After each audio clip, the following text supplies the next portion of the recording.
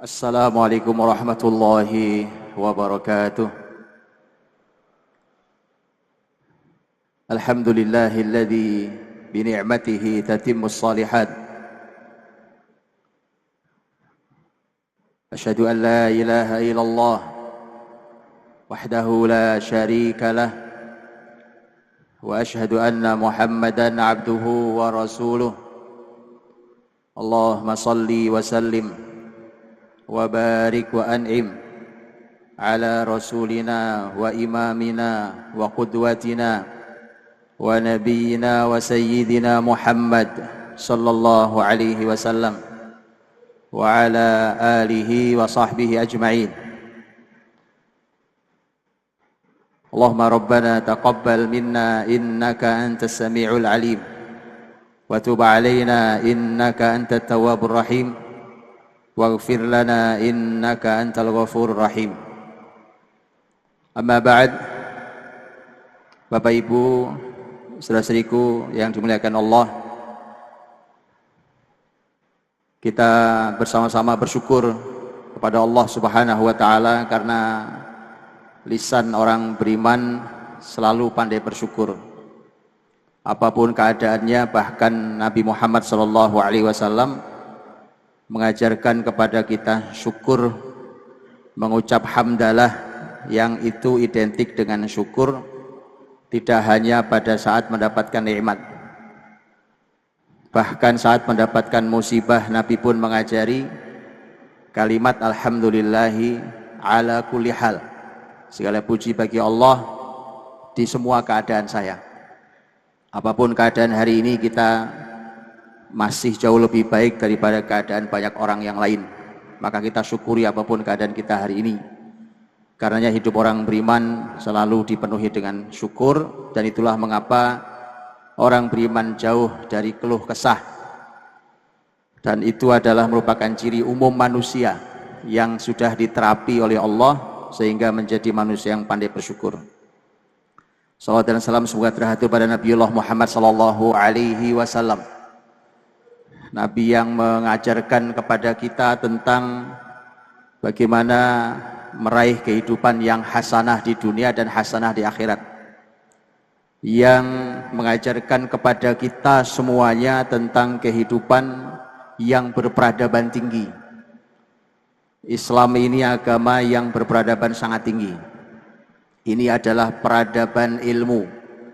Semua hal yang ada dibangun di atas ilmu, yang menyebabkan muslimin hari ini tidak lagi mengendalikan peradaban, dikarenakan muslimin melanggar ayat pertama yang turun pada Nabi sallallahu alaihi wasallam, yaitu Iqra bismi rabbikal ladzi khalaq. Kita disuruh Allah membaca, tapi tingkat baca kita sangat amat menyedihkan. Saudaraku Bapak Ibu dirahmati Allah Subhanahu wa taala, salam hormat saya untuk seluruh pengabdi di Yayasan Badan Wakaf Sultan Agung. Nama ini saya kalau membacanya selalu penuh getar karena ada kata wakafnya. Yayasan banyak, Pak. Yayasan jumlahnya saya nggak tahu saking banyaknya di Indonesia ini. Tapi yang mencantumkan nama Yayasan Badan Wakaf, saya belum tahu ada berapa banyak. Termasuk Sultan Agung yang dengan sangat berani menempelkan kata wakaf yang itu merupakan sumber pendanaan terbesar di peradaban Islam. Yang andai Sultan Agung berkonsisten dan komitmen dengan kata wakaf itu, maka mestinya Yayasan Sultan Agung ini menjadi sumber dana terbesar di negeri ini. Jadi besok-besok kalau negara perlu dana, tinggal telepon Habib Hasan. Presiden anggarannya kurang, nggak usah ngutang, telepon ke YBWSA. Tinggal telepon Pak Ketua Pembina, Pak Ketua Pengawas, Bapak Ketua Umum, Bapak Direktur, semua ada duit nganggur apa enggak? Itu, Pak. Karena memang begitu dulu aslinya. Ada satu disertasi S3 menarik sekali ditulis di Mesir. Judulnya tentang Al-Awqaf was Siyasah atau Siyasah wal Awqaf, tentang wakaf dan politik di Mesir. Luar biasa ditulisnya. Bagaimana dahulu ketika peran-peran wakaf itu sangat besar, itu justru negara kerjanya ringan. Tapi ketika negara ingin mengambil alih semua pekerjaan masyarakat, akhirnya negaranya tidak kuat, musliminnya melemah dari sisi kecintaan mereka dalam mendanai negara. Itu luar biasa disertasi itu, dan di situ dibuat menjadi beberapa fase di Mesir. Yang kita lihat hari ini itu adalah masa sangat lemahnya muslimin di bidang wakaf, karena dulu muslimin itu mendanai sendiri kehidupannya, yang otomatis meringankan kerja negara. Makanya dahulu tidak ada Kementerian Pendidikan, Pak. Gak ada Kementerian Pendidikan, saya mohon maaf dengan sebesar-besarnya. Gak ada Kementerian Pendidikan. Kenapa? Muslimin itu dengan wakaf, baik wakaf fasilitas ataupun wakaf produktif, itu mengurus sendiri kehidupan pendidikannya. Bahkan kurikulum pendidikan terjaga sampai detik sekarang saya duduk di tempat duduk ini, masih ada lembaga-lembaga pendidikan yang tidak bisa diubah kurikulumnya karena dicantumkan di dalam syarat akad wakaf. Tidak ada satupun makhluk di muka bumi ini, tidak penguasa, tidak negara, tidak siapapun yang bisa mengubahnya. Itu hebatnya Islam. Karena itu salam hormat saya untuk siapapun pendiri, semoga Allah merahmati para pendiri yayasan ini yang dengan sangat berani mencantumkan, saya tidak tahu kenapa dulu para pendiri mencantumkan kata wakaf, tetapi jelas ada visi, ada misi yang dititipkan kepada kita para pelanjutnya. Lanjutkan ini, karena ini bagian dari cara membangun generasi khairul ummah. Ini kita mulai dari kata nama YBWSA, Yayasan Badan Wakaf Sultan Agung. Salam hormat saya juga untuk seluruh para sesepuh kita. Seperti Habib Hasan tadi sampaikan, saya itu lagi nyetir, Pak, di telepon Habib Hasan. Lagi nyetir, samping saya ada istri saya bilang, tumben-tumben Habib Hasan telepon saya. Ini kayaknya kalau telepon ada sesuatu ini. Modelnya kalau Habib Hasan telepon nggak bisa ditolak, itu masalahnya. Saya nggak angkat, nggak sopan, ya kan? Akhirnya saya angkat, betul saja. Beliau paksa, saya bilang saya mau umroh, Bib. Saya ini umroh, harusnya berangkat. Cuma nggak tahu nih, mungkin barokah Habib Hasan nih. Ditunda, Bib. Jadi sehari lagi, jadi hari Kamis. Jadi hari Kamis saya insya Allah berangkatnya. Ini juga mampir dulu ke Turki, Pak, untuk menyambangi kembali tempat-tempat yang masih menyajikan sejarah peradaban dalam Islam. Jadi Masya Allah, Alhamdulillah, ini kali kedua saya duduk dan merasa mendapatkan penghormatan dari seluruh pengurus, seluruh direktur, seluruh sesepuh, dan seluruh pengabdi YBWSA. Bapak Ibu saudara-saudariku yang dirahmati Allah SWT, ini judulnya agak beda ini, yang disampaikan pembawa acara sama surat yang masuk ke saya. Tapi bedanya dikit. Dikit tapi nggak banyak, tapi ya banyak juga ini isinya. Kalau di surat itu bunyinya tentang Sultan Agung. Jadi tentang Sultan Agung dalam sejarah Indonesia. Titik duanya adalah inspirasi membangun generasi khairul ummah. Nah, seperti yang disampaikan barusan. Tapi apapun, Bapak Ibu dirahmati Allah, ini luar biasa. Lagi-lagi juga penamaan Sultan Agung. Ini juga luar biasa. Saya tidak tahu, Masya Allah, dulu para pendiri betapa Allah berikan taufik. Orang itu kalau diberikan taufik, Bapak Ibu, seperti itu. Bahkan masalah kata yang terucap, huruf yang tersusun, kalau mendapatkan taufik, itu tidak sembarang. Karena kita tahu dalam Islam bahwa penamaan itu sesuatu yang tidak biasa. Sebagaimana kita ketahui bahwa Nabi Muhammad SAW itu ada banyak sahabatnya itu yang namanya diganti. Bahkan ada 2 nama istri Nabi, dua-duanya diganti oleh Nabi. Harus diganti. Mengapa? Karena kaidah yang disampaikan oleh Barat, apalah arti sebuah nama, itu salah. Itu salah. Dalam Islam sangatlah berarti sebuah nama. Makanya Nabi sampai harus mengubah nama. Bahkan Nabi tidak memberi pekerjaan kepada orang yang namanya mengandung unsur pesimistis. Itu Nabi tidak serahkan. Saya rasa belum ada kantor-kantor, perusahaan-perusahaan, tempat-tempat pekerjaan yang cara merekrut karyawan yang lihat namanya. Kayaknya nggak tahu, lebih bahasan mau buat program di Sultan Agung, saya tidak tahu. Nabi itu Pak, tidak menyerahkan pekerjaan. Nabi tanya, kamu siapa namanya? Ketika namanya artinya negatif, kata Nabi, enggak, bukan kamu yang mengerjakan pekerjaan ini. Kamu siapa namanya?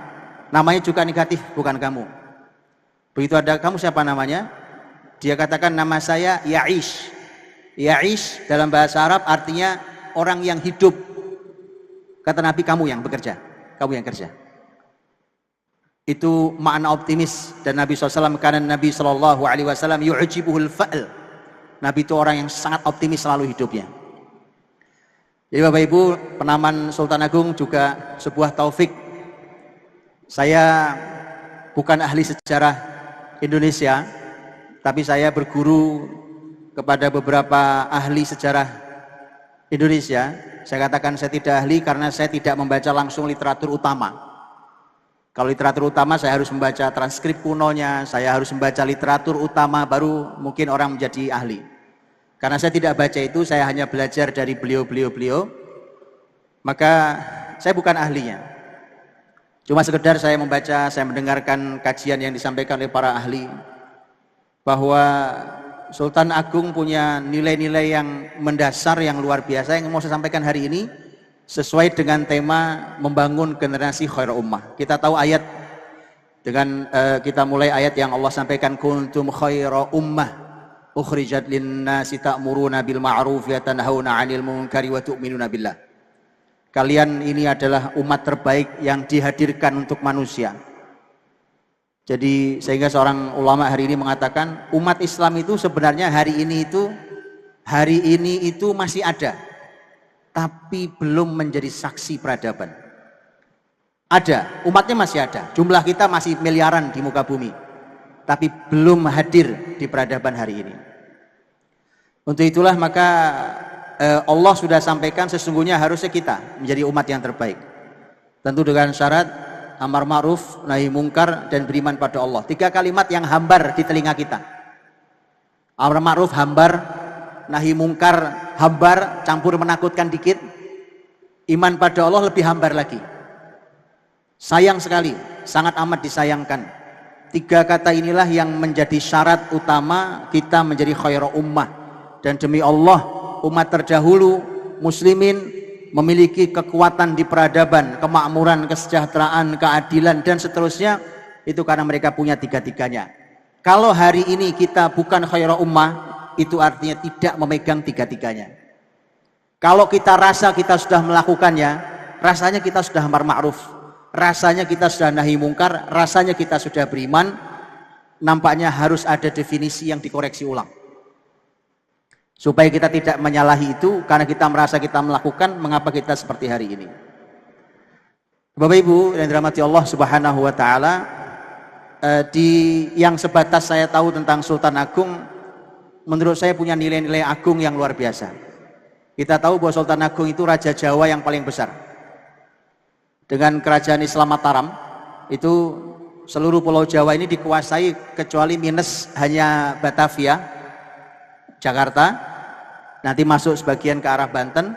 Di Jakarta itu sudah coba diupayakan untuk diambil alih oleh Sultan Agung dari kekuasaan Belanda, tapi gagal.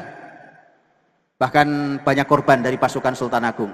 Tapi ini membentang dari Jawa Barat sampai ke ujung Jawa Timur, itu Sultan Agung yang memegang sebagai raja terbesar di Pulau Jawa ini. Karena itulah maka dia pasti menjadi inspirasi, karena yang menarik adalah bahwa Sultan Agung ini sesuai dengan nama di lembaga besar ini, Sultan Agung ini membawa Islam dalam kehidupannya, di dalam kepemimpinannya, luar biasa. Tapi ini ada keren sekali. Yang luar biasa, sebelum saya sampaikan poin-poinnya juga, ada satu poin penting Pak. Sultan Agung itu dilantik jadi raja, jadi sultan umur 20 tahun, Pak. Saya sudah teriak-teriak jauh-jauh hari. Karena di dalam sejarah Islam ini, kita itu harus, kalau betul pendidikan kita akan irit usia kita. 20 tahun tuh jadi sultan, itu bukan satu-satunya, bukan sultan agung. Sejak zaman awal Islam, sampai sultan agung, bahkan sampai belakangan, para founding fathers kita bukan orang tua-tua, Pak. Founding fathers negeri ini waktu mendirikan bukan orang tua-tua. Kita harus pahami itu. Anak-anak muda. Saya sering sampaikan itu. Karenanya saya, Bapak Ibu, saya sangat bahagia kalau kumpul sama anak muda. Mohon maaf, bukan tidak bahagia kumpul sama orang tua, jelas sangat bahagia. Kalau kumpul sama orang tua jelas, Pak, saya akan minta nasihat, saya akan minta doa, saya akan minta ridho dan barokahnya. Tapi kalau kumpul sama anak muda, nah itu, Pak. Anak muda itu saya ucek-ucek, Pak. Saya ucek-ucek, saya pukuli, ayo jalan, lari. Lari, bawa lari peradaban ini. Dipanggul, yang kuat pundakmu nak, yang kokoh punggungmu.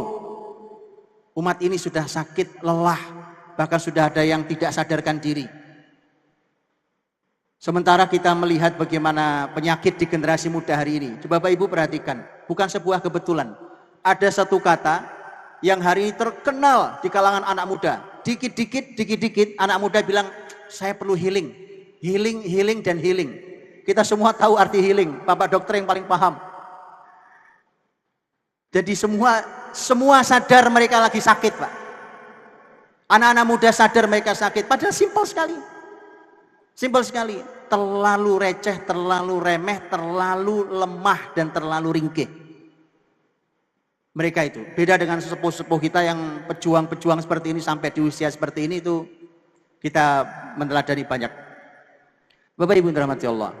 Jadi 20 tahun tuh Sultan Agung jadi pemimpin di baiat pertama jadi sultan tuh, itu umur 20 tahun. Dan sekali lagi itu bukan satu-satunya ya, bukan satu-satunya. Kalau kita pernah tahu, dinasti Bani Abbas ya, Bapak Ibu, yang berkuasa dari tahun 132 Hijriah sampai tahun 656 Hijriah, sepanjang kurang lebih 5 abad. Itu pemimpin terbesarnya, kita semua tahu namanya Harun ar-Rasyid. Harun ar-Rasyid itu persis dibaiat jadi khalifah itu malam Jumat umur 20 tahun. 20 tahun juga umurnya. Di sepanjang Turki Utsmani yang juga berkuasa kurang lebih 6 abad lamanya, itu salah satu sultan yang sangat besar kita kenal namanya Muhammad Al-Fatih. Itu dibaiat jadi sultan umur 22 tahun. Jadi memang bukan barang baru kalau dididik dengan pendidikan Islam yang benar. Hari ini pendidikan kita memubazirkan usia gara-gara menggunakan kurikulum yang mubazir. Kita buang usia anak-anak kita gara-gara kita ikuti kurikulum yang mubazir. Umur 22 tahun belum ngapa-ngapain, Pak. Anggaplah 22 terlalu cepat dengan sistem yang ada zaman hari ini. Oke. Ambil kata 25 tahun. Hari ini kalau ada yang menikah umur 20 tahun kan masih merepotkan KUA, Pak. Apalagi nikah di bawah umur 20 tahun. Wah, itu ribet minta ampun. Karena harus izinnya pengadilan apa ada pengadilan atau enggak itu? Karena persyaratannya enggak masuk secara usia. Kita hari ini urusan nikah belum selesai, Pak. Terus kita mau bicara tentang generasi khairul ummah, tidak bisa, Pak. Generasi Islam itu tidak mungkin lepas dari tema berkeluarga. Karena justru keluarga itulah yang menjadi jaminan lahirnya para pemimpin yang hebat sesuai dengan doa dalam Al-Quran. Al-Furqan 74 yang kita semua hafal. Walladzina yaquluna rabbana hablana min azwajina wa dzurriyyatina qurrata a'yun waj'alna lil muttaqina imama. Jadikan kami pemimpin, itu ternyata salah satu visi yang Allah titipkan di setiap keluarga muslim. Itu harusnya pendidikan kepemimpinan itu lahir di keluarga, Pak. Bukan di lembaga kepemimpinan, tapi di keluarga. Hari ini jangankan keluarga melahirkan pemimpin, Pak. Buru-buru melahirkan jiwa kepemimpinan, pemikiran kepemimpinan, sikap kepemimpinan. Jauh dari semua kata itu. Anak-anak yang lemah, anak-anak yang perlu healing tadi itu. Menyedihkan. Karena itu Mari kita seriusi. Apalagi kita tahu di Sultan Agung ini lembaga pendidikan besar sekali. Besar sekali, dari pendidikan kecil sampai pendidikan besarnya. Besar sekali. Dan ini kesempatan mahal. Sesungguhnya Allah berikan kesempatan sangat mahal. Kenapa tidak? Wong ini adalah yayasan badan wakaf. Kenapa tidak berani? Kita sudah membawa nama wakaf yang kita sematkan di yayasan ini. Mestinya kita berani untuk melakukan itu. Apakah memungkinkan kita ulangi? Kenapa tidak mungkin diulangi? Mengapa tidak mungkin diulangi? Semua yang terjadi di semesta ini itu sunatullah yang berulang. Kalau siang ya ada matahari, kalau malam matahari terbenam. Itu di tempat negeri kita. Kan begitu? Itu sunatullah gak pernah berubah di tempat ini dari zaman kapanpun. Sunatullah yang berulang. Kita manusia dari lahir bayi ujungnya tua, kemudian berakhir dengan meninggal. Itu sunatullah. Al-haq dan al-batil pertarungan. Allah berfirman wa qul ja'al haqq wa zahaqal batil innal batila kana zahuqa. Itu sunatullah, pertarungan antara hak dan batil yang ujungnya harusnya dimenangkan oleh al-haq. Ketika al-haq betul datang dan akan mengalahkan kebatilan. Itu sunatullah yang berulang. Jadi tidak mungkin tidak bisa diulangi. Bagi inspirasi awalnya memang itu, Pak. Kalau saja Sultan Agung memikirkan muda-muda lulusan Sultan Agung meneladani Sultan Agung betulan, luar biasa, Pak. Ini akan memberi sumbangsih untuk kebesaran Indonesia. Ya, luar biasa. Kalau bahasanya para pujangga gitu, Pak. Kenapa sih kita sibuk mengutuk malam? Mengapa kita tidak segera menyalakan lilin? Bahasa gitu, Pak. Kita maki-maki pejabat hari ini, kita maki-maki keadaan negara hari ini, kita bertarung di medsos nggak ada habisnya. Jadi kita sibuk memaki malam. Malam pasti gelap.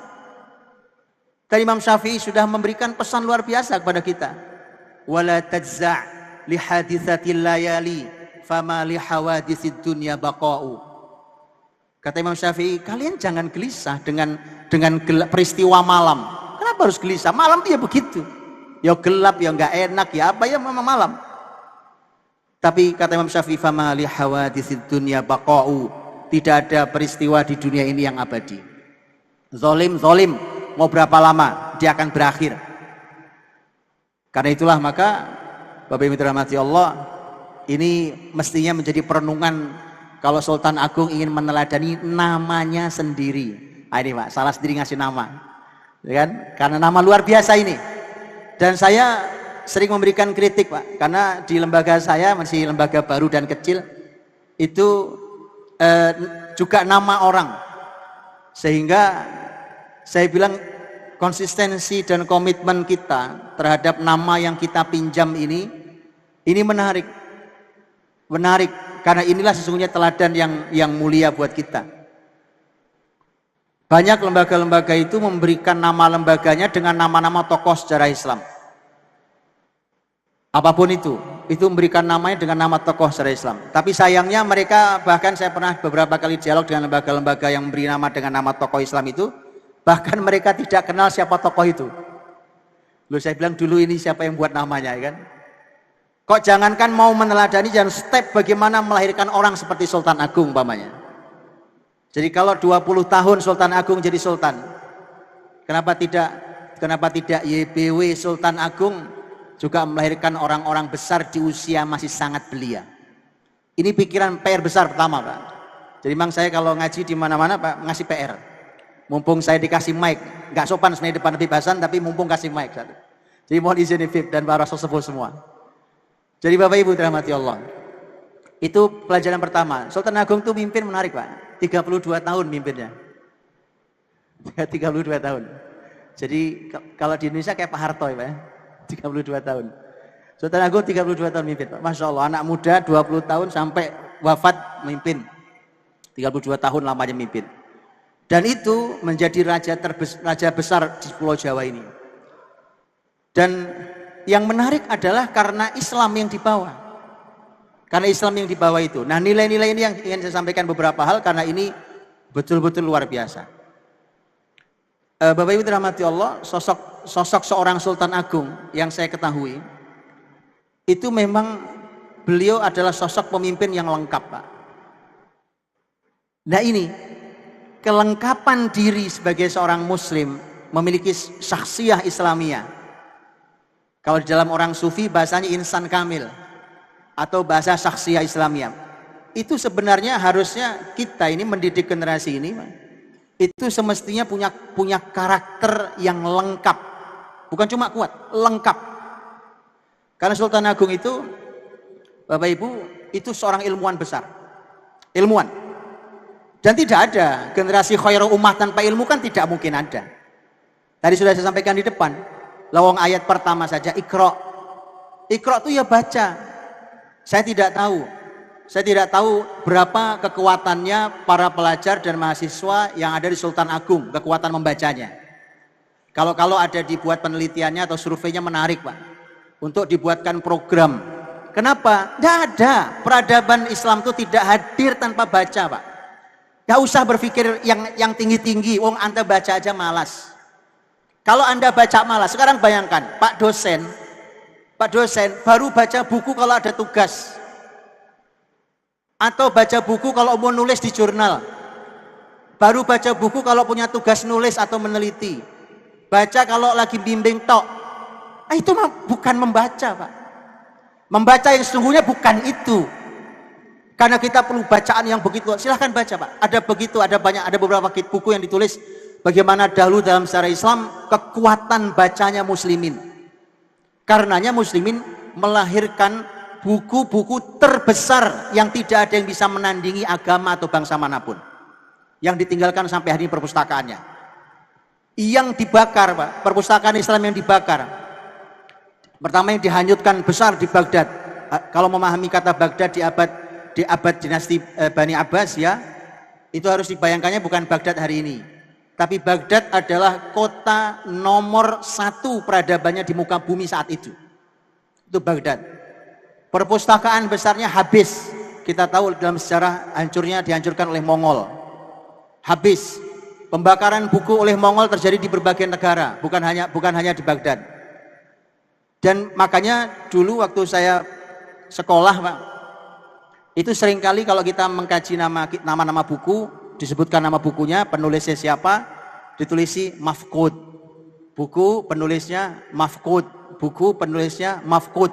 Mafqud itu hilang. Tapi bukunya ada, dan itu disebut-sebut dalam literatur, tapi si bukunya nggak ada.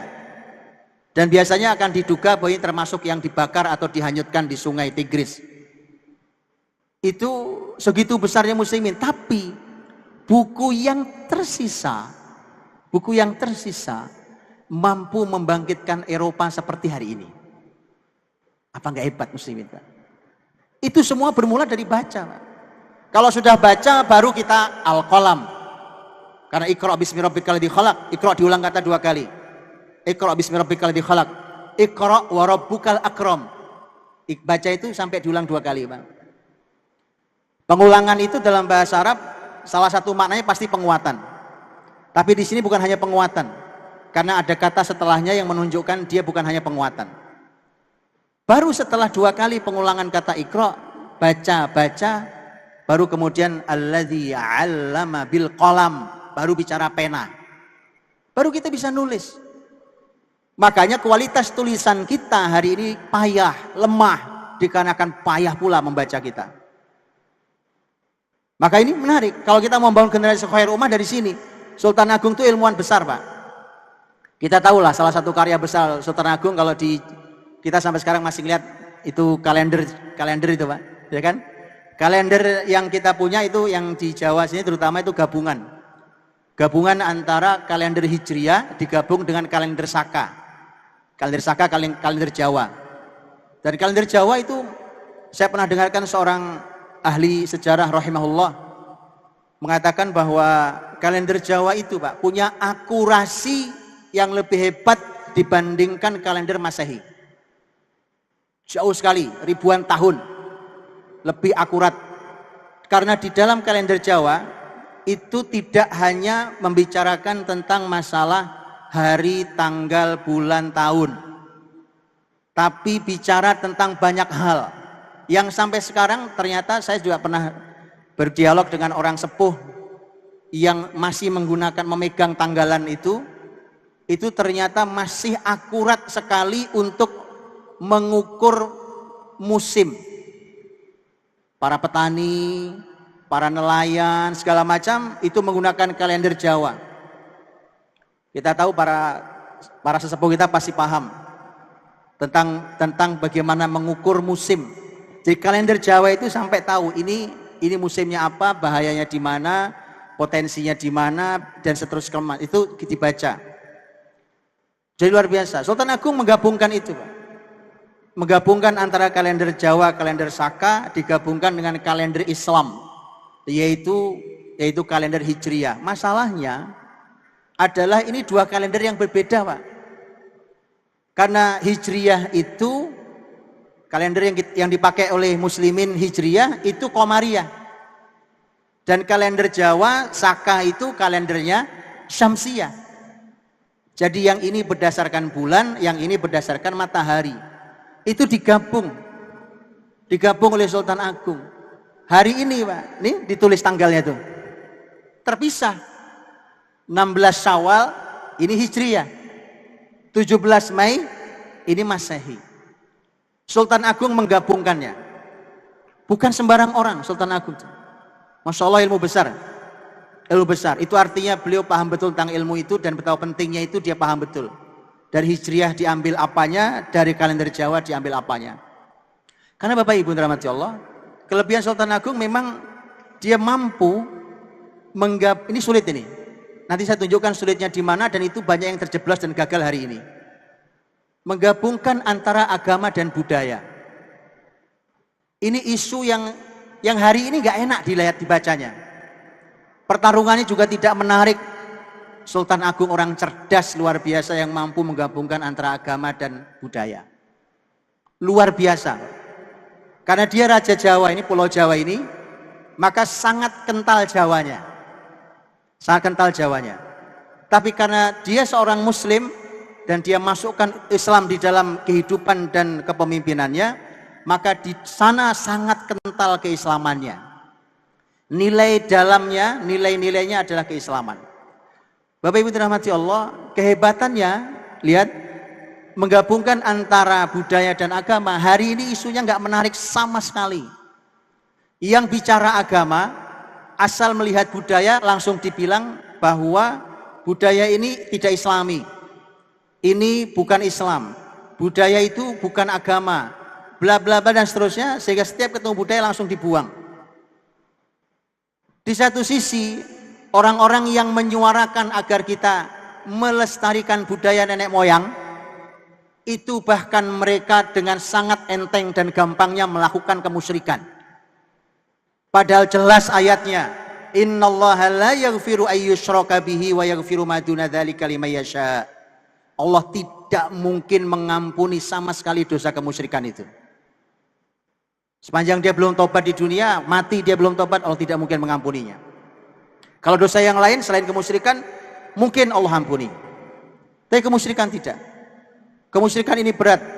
Imam Ibnu Katsir rahimahullah taala dalam tafsirnya ketika menafsirkan zaharal fasadu fil barri wal bahri bima kasabat aydin nas liudhiqahum ba'dal ladzi amilu, telah nampak kerusakan di daratan dan di lautan dikarenakan ulah tangan manusia agar mereka merasakan sebagian dari ulah mereka itu.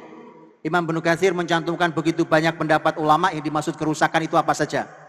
Ada tentang penyakit, kematian, harga-harga yang naik, perampokan, perompakan, itu dicantumkan pendapat para ulama. Kemudian di ujung nanti Imam Ibnu Katsir mengatakan, dan semua kerusakan ini penyebab terbesarnya adalah kemusyrikan. Bayangkan apa hubungannya antara ekonomi yang merosot dengan kemusyrikan. Susah nyambungnya kan? Susah nyambungnya, Pak. Apa hubungannya antara penyakit-penyakit yang tidak bisa diobati dengan kemusyrikan yang merebak di masyarakat? Imam Ibnu Katsir memastikan bahwa semua kerusakan di daratan dan lautan itu penyebab utama adalah kemusyrikan. Yang bisa mengurai hanya ilmuwan Islam. Dalam seperti ini. Maka dari itu, Bapak Ibu dirahmati Allah, disinilah kemudian akhirnya hari ini pertarungannya tidak menarik. Mereka yang membawa agama memerangi budaya, mereka yang membawa budaya kemudian mengabaikan tentang larangan-larangan agama. Karena itulah ini di sini hebatnya Sultan Agung itu. Kalau penanggalan tadi itu hanya salah satu aktivitasnya. Ada sangat banyak karya yang itu menggabungkan keduanya. Saya berikan satu sedikit kaidah Bapak Ibu dirahmati Allah. Bayangkan para ustadz, para ulama di sini paham betul. Di dalam ilmu qawaid fiqhiyah, ada ilmu namanya ilmu qawaid fiqhiyah. Itu dipelajari kaidah-kaidah. Sebagian ulama mengatakan qawaid fiqhiyah itu ada 5 kaidah besar. 5 kaidah besar. Yang di bawah satu kaidah besar itu ada banyak turunan kaidah. Di satu turunan kaidah ada pengecualian. Di pengecualian kadang muncul pengecualian berikutnya. Jadi pengecualian dari pengecualian. Dari kaidah turun dari kaidah besar. Itu ilmu kaidah. Itu dibuat ulama sebenarnya untuk memutuskan dalam ilmu fikih.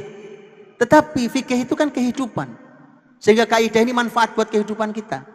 Bukan cuma untuk fikih. 5 Bapak Ibu, 5 kaidah besarnya, 5 kaidah besarnya ini yang menarik adalah salah satu dari kaidahnya berbunyi al-adah muhakkamah, bahwa adat itu adat, kebiasaan di masyarakat itu bisa menjadi pertimbangan untuk memutuskan hukum dalam fikih. Lihat itu. Artinya dari 5 kaidah utama, kaidah besar dalam qawaid fiqhiyah itu, adat itu masuk, Pak. Jadi bagaimana ceritanya mereka-mereka yang membawa nama agama kemudian mengabaikan ini?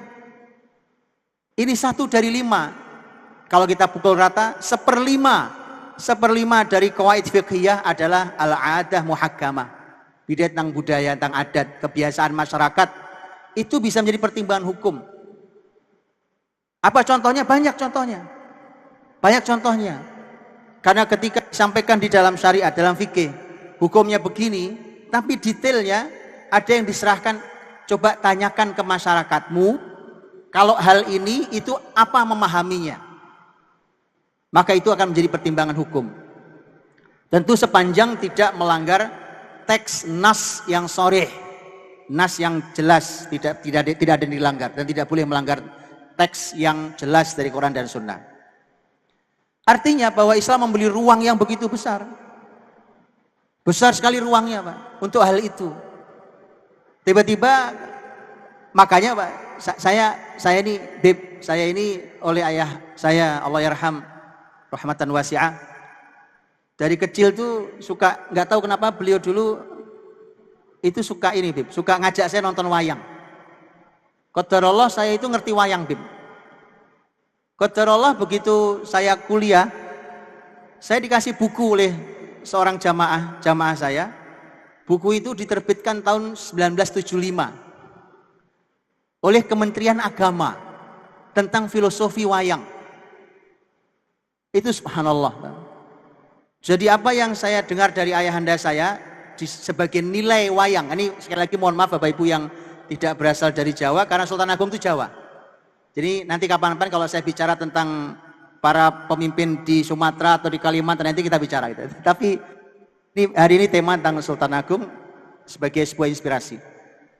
Itu luar biasa. Itu nilai yang tidak sederhana. Itu kan perlu kecakapan yang tidak sederhana jadi dalang itu. Ya. Sulitnya minta ampun, saya nggak kebayang ini. Itu punya kecerdasan yang nggak biasa. Dan nilainya luar biasa. Hanya memang nanti karena Jawa ini dikenal sangat simbolik, filosofis. Jadi filosofis, simbolis. Akhirnya banyak sekali simbol-simbol yang dimunculkan.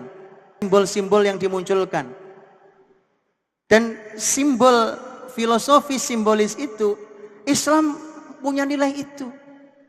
Islam itu memandang sesuatu tidak hanya zahir, tapi nilai di balik sesuatu yang zahir itu luar biasa. Bapak Ibu, hari ini ada satu jurusan baru tumbuh, Kalau ilmunya udah sejak zaman generasi awal Islam. Cuma menjadi sebuah jurusan di kampus-kampus besar di Timur Tengah dan Afrika itu belum lama. Belum lama. Ya artinya baru mulai membesar, dan di Indonesia pun yang saya tahu belum banyak yang ahli. Itu namanya ilmu maqasid. Maqasid itu maksud. Maqasid jamak dari maksud. Jadi maksud. Memandang sebuah maksud dari sesuatu. Umpamanya ada sebuah hukum. Ada sebuah hukum dalam fikih. Atau ada sebuah hukum dalam akidah. Dan seterusnya dipandang di maqasidnya. Bahkan saya punya teman S3 ilmu maqasid ini, kuliahnya di Maroko, itu luar biasa. Saya tanya, apa judul disertasi antum Ustadz? Judulnya luar biasa. Maqasid, ilmu maqasid untuk merancang masa depan. Itu judul disertasi S3-nya, Pak. Luar biasa.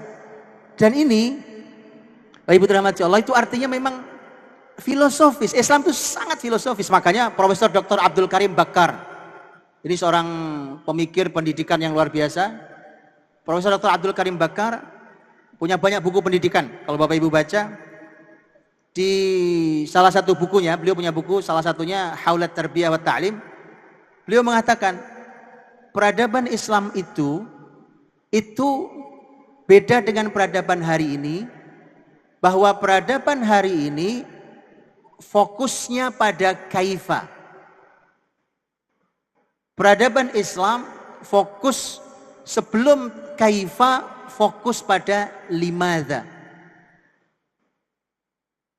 Ini luar biasa. Kaifa itu artinya bagaimana. Makanya Bapak Ibu perhatikan hari ini semua ilmu how to. Semua how to. Bahkan orang meneliti limadha yang artinya adalah mengapa, sebenarnya hanya untuk mendapatkan how to. Dalam Islam tidak. Dalam peradaban Islam, ilmu mengapa, umpamanya kita duduk hari ini di sini, mengapa kita di sini? Di Sultan Agung, apa kita di Sultan Agung? Bukan tentang bagaimana. Kalau kita berkomunikasi, kita punya komunikasi dengan HP kita. Pertanyaannya, mengapa manusia harus menciptakan alat komunikasi ini? Itu mengapa. Bukan bagaimana caranya membuat komunikasi lebih cepat. Bukan hanya bagaimana. Karena itulah muslimin itu membangun dua-duanya. Tapi muslimin sangat besar di limadha, mengapa. Dan mengapa itu adalah filosofis. Dan itu sangat kuat di Jawa.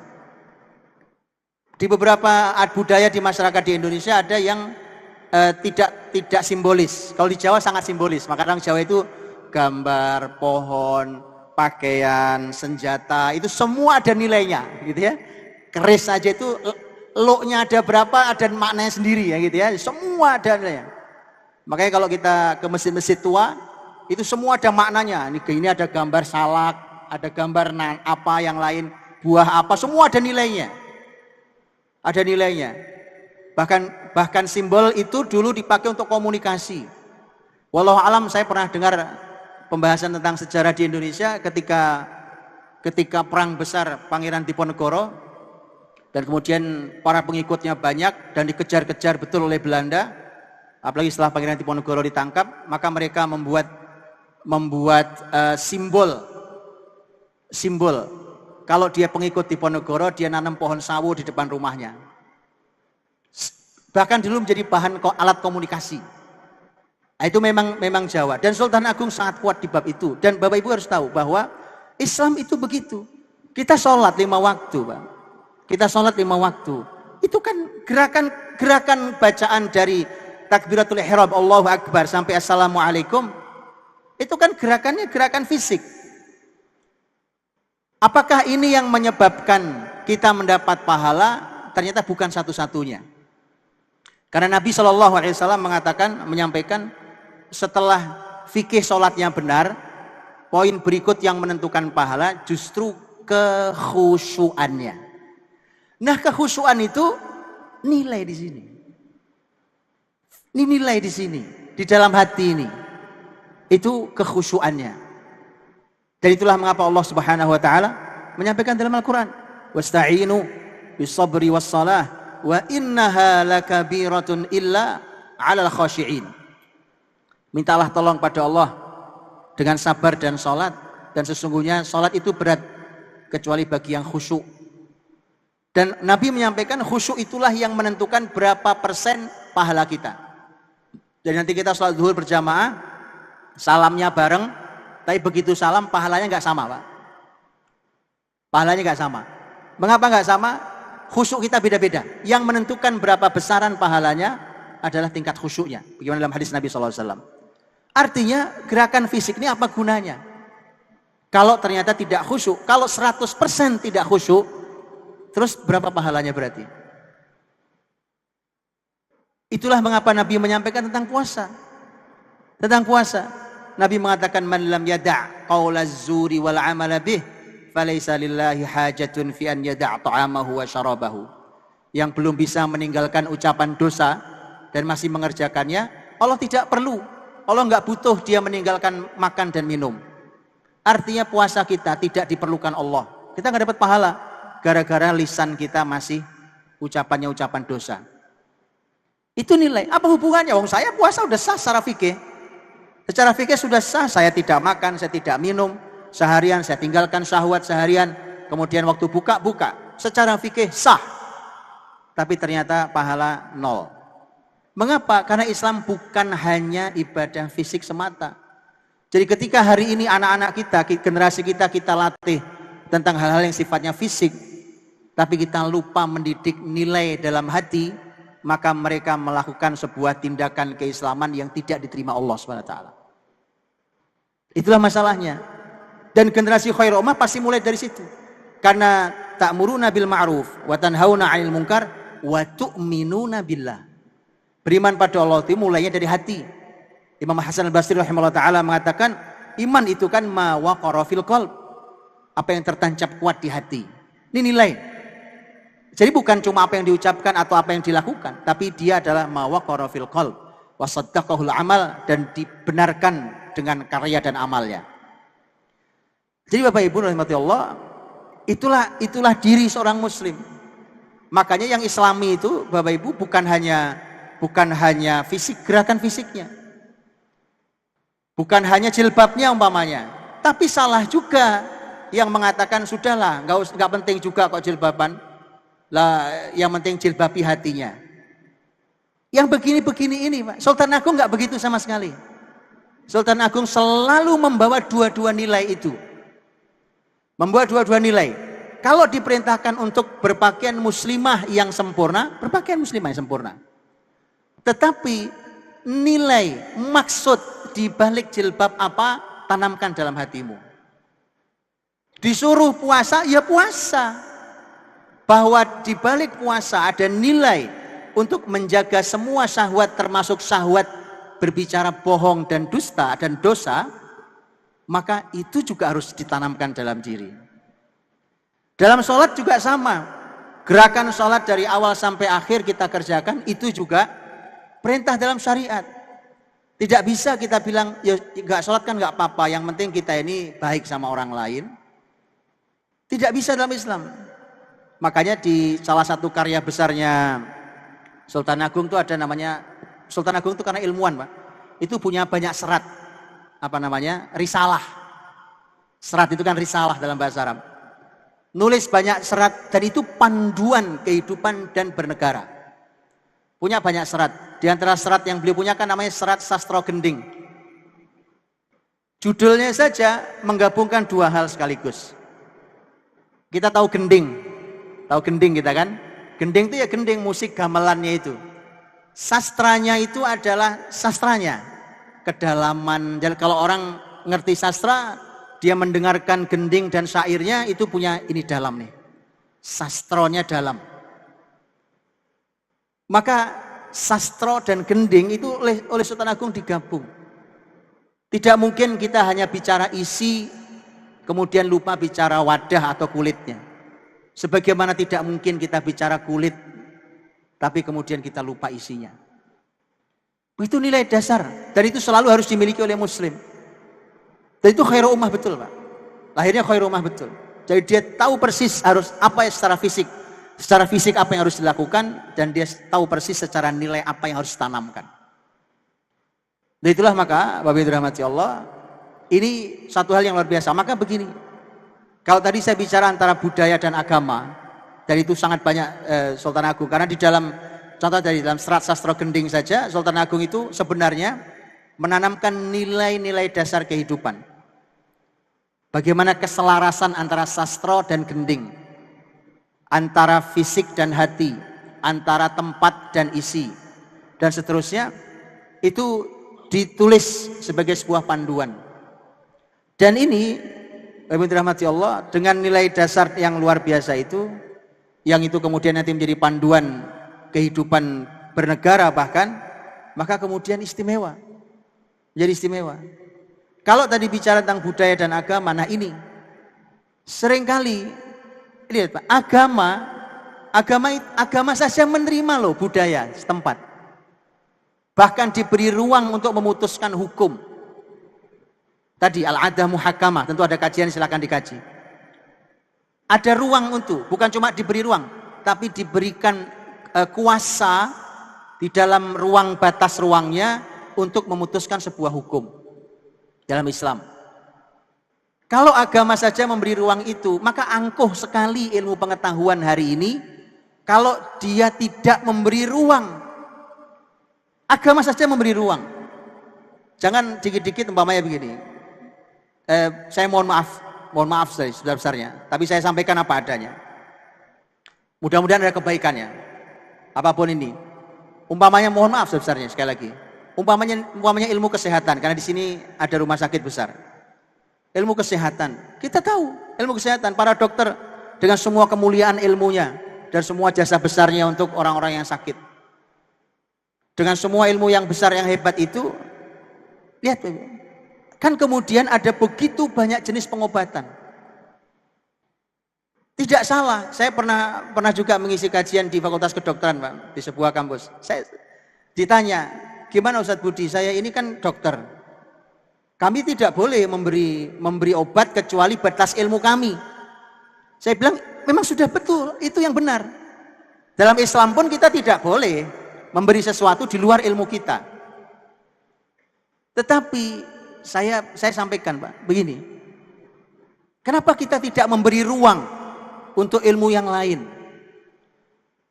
Betapa angkuhnya kita hanya menganggap itu cuma budaya lah, itu cuma pengobatan ala budaya masyarakat mana. Akhirnya kan kemudian kenapa tidak dihaluskan bahasanya? Saya sudah lama, ini sudah sangat lama, sudah sekian belas tahun lalu, saya pernah dialog dengan seorang dokter senior spesialis di RSCM. Saya masuk ke ruangan beliau. Waktu itu saya nanya satu hal, Pak dokter,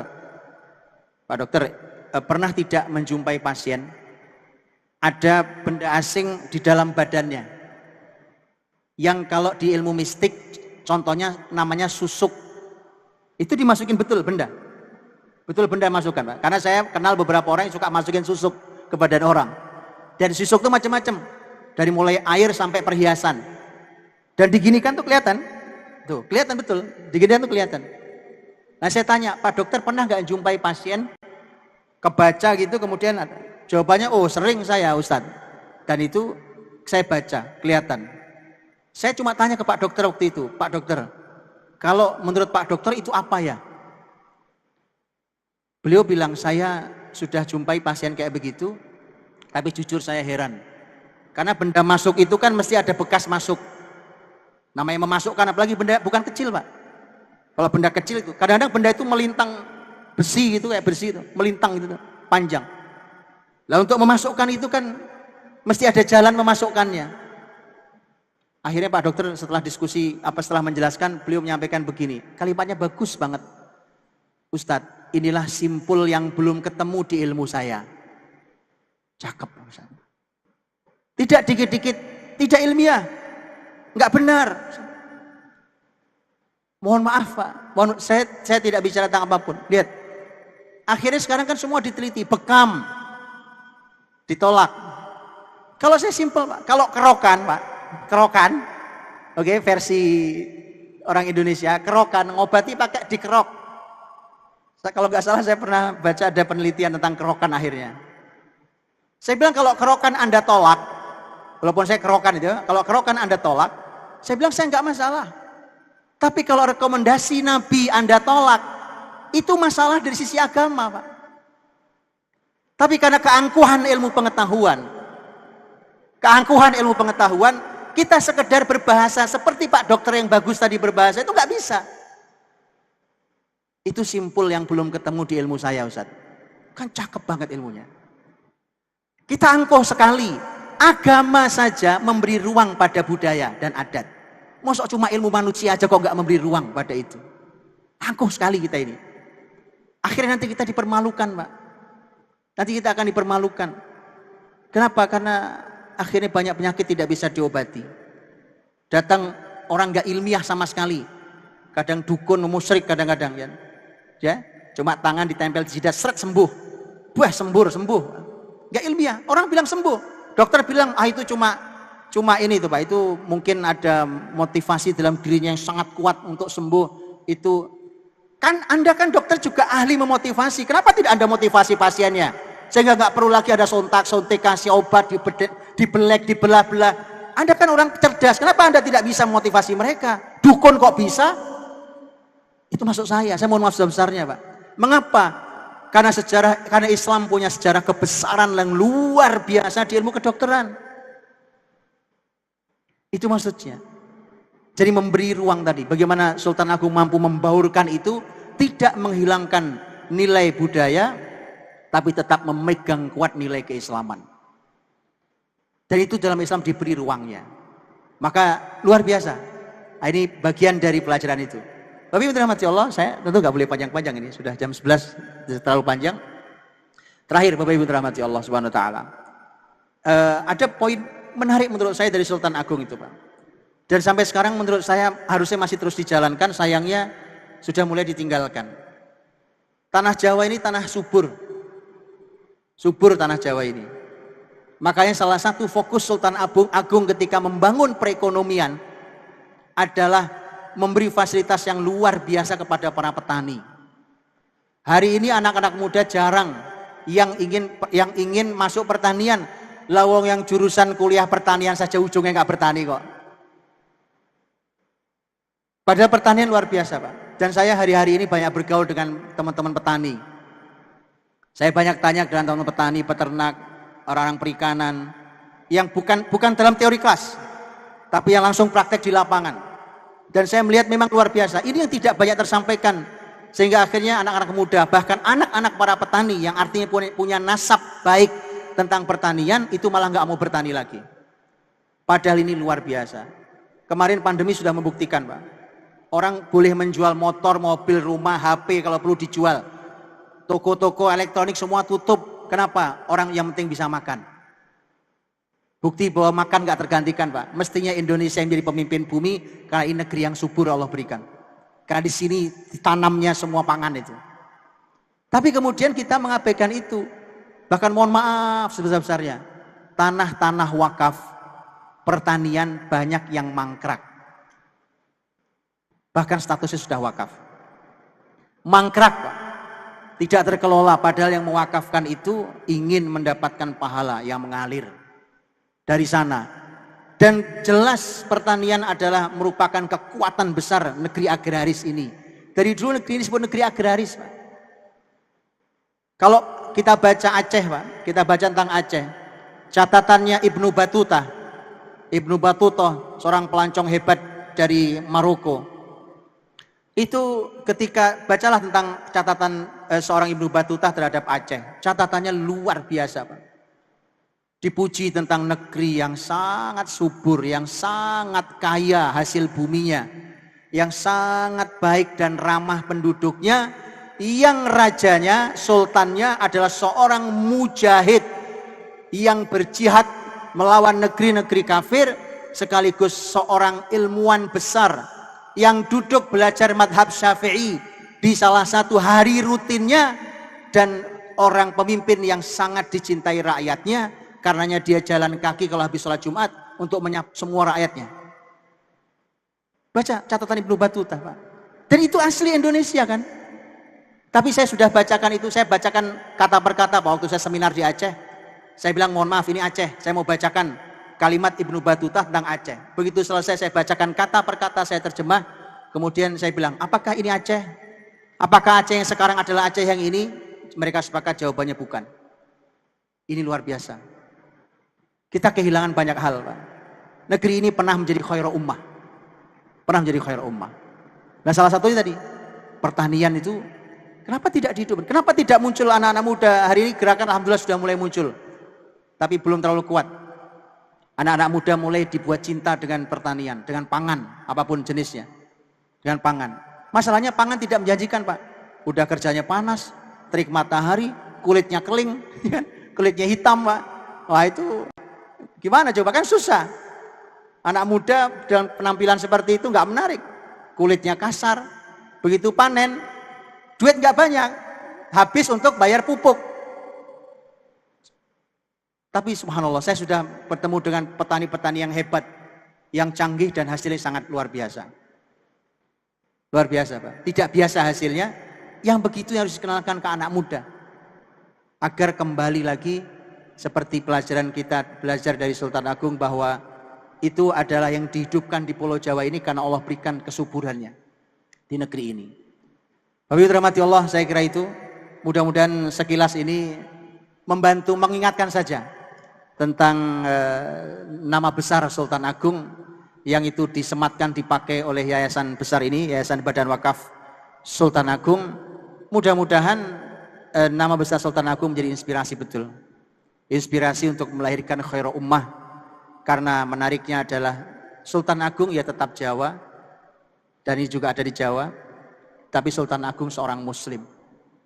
Dia seorang muslim secara individu, dan tapi dia juga muslim dan memasukkan Islam di kepemimpinannya. Saya kira itu Allah Ta'ala bisawab. Mohon maaf atas salah kurangnya, tidak menggurui Bapak Ibu semuanya, hanya menyampaikan dan mungkin mengingatkan. Mudah-mudahan Allah ridho pada kita semua, mudah-mudahan Allah ampuni, mudah-mudahan Allah terima seluruh amal ibadah kita, mudah-mudahan Allah jaga Yayasan Badan Wakaf Sultan Agung ini, Allah terus bimbing, mudah-mudahan Allah berikan pahala yang agung bagi para pendirinya, mudah-mudahan Allah berikan ampunan bagi para pendiri yang telah tiada, dan Allah muliakan mereka dengan karya-karya besar di kita hari ini, dan semoga ke depan menjadi rahim peradaban Islam. Wallahu ta'ala bishawab. Saya akhiri subhanakallahumma bihamdik asyhadu an la ilaha illa anta astaghfiruka wa atubu ilaik. Assalamualaikum warahmatullahi wabarakatuh.